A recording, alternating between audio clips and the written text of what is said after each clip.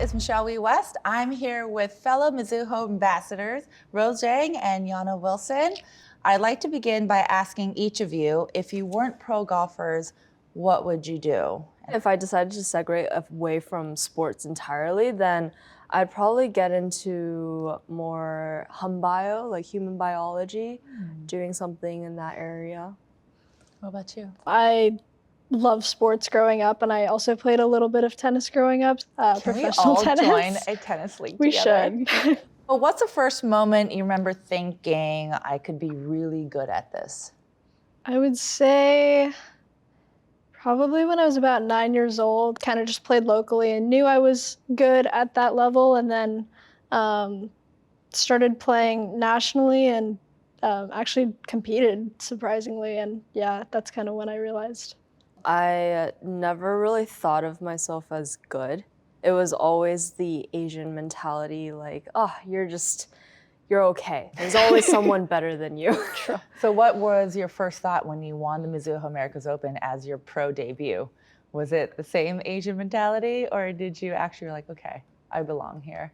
I'm like, oh, I know I have the potential, but you have to put in effort and work hard to remain and feel like you actually belong on an elite level. And so I did have the belief of that, but I would say, I never had that forefront on the mind of like, yes, this is my territory. Okay, I like that. So the Mizuho Americas Open starts May 7th, which I presume both of you guys are playing in. Absolutely. What are you most excited to prove to yourself this season? To yourself, not to others, to yourself. Obviously, just to be in the same headspace as I was last year and kind of keep that rolling this year, I think would be really good for me. That's a great one. I think mine is pretty similar in that way. To be sticking to process-oriented mindsets rather than results. Okay, so obviously we're all here because we won a championship. Can you tell me how winning has opened up more opportunities for you guys?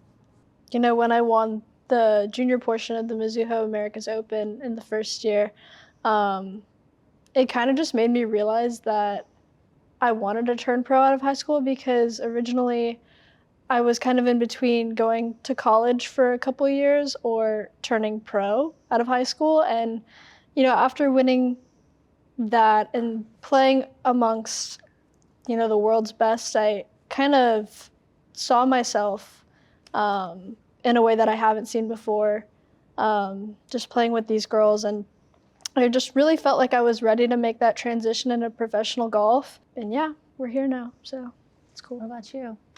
I think I've been able to have an incredible junior and amateur career, and came out the gates pretty red hot and saw myself doing a lot of things that I know came so quickly. But the end was I got tired and my body gave out on me with injury. And so last year was the learning curve of, okay, let's try to figure out and rebuild who I am and what I am outside of the sport. And so I went to education. I went straight to education, told myself this is something else that I'm doing and that I'm pursuing for myself in the future. And I saw that as a huge accomplishment on my own end. At what point did you realize you were a role model? I wouldn't call myself a role model specifically, but I knew that I had influence, especially back in Irvine. I have this thing where I used to warm up with a jump rope, and I jump rope every day before warming up. And I see these kids also with a jump rope now, and they're also jump roping before they warm up. And in my head, I was like, wow, this is a trend that I did not intentionally create, but it's something that, young junior golfers are following. And, I realized, wow, they actually are seeing what I'm doing and how I practice and how I prepare. It is always really neat to see more girls in the game. I think the growth of the game is something that I'm particularly interested in and proud of. What responsibility do you guys feel to leave women's golf better than you found it? And what does that look like in practice? Right now, growing the game for young women and for juniors, I think that's kind of what I see myself doing after I retire. And I just hope to leave the game in a better place than it is right now. Yeah. If I stepped away from the game today, the biggest thing that I would want to take away is I helped at least one person in their journey. I love that. Okay, so we're nearing the end of round 1, which means it's round 1 of the mystery jar. Who wants to go first? Sparkly. Me? Rookie first. Me? Okay, rookie first. Let's see. I'm gonna pick one from the bottom.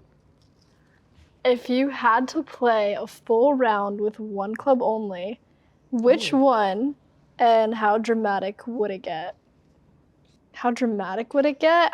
Honestly, I'm very delusional. I think I could shoot maybe high 70s with an 8-iron. Ooh, we might need to go out there. Yeah. And test this out. I think I totally so could. too.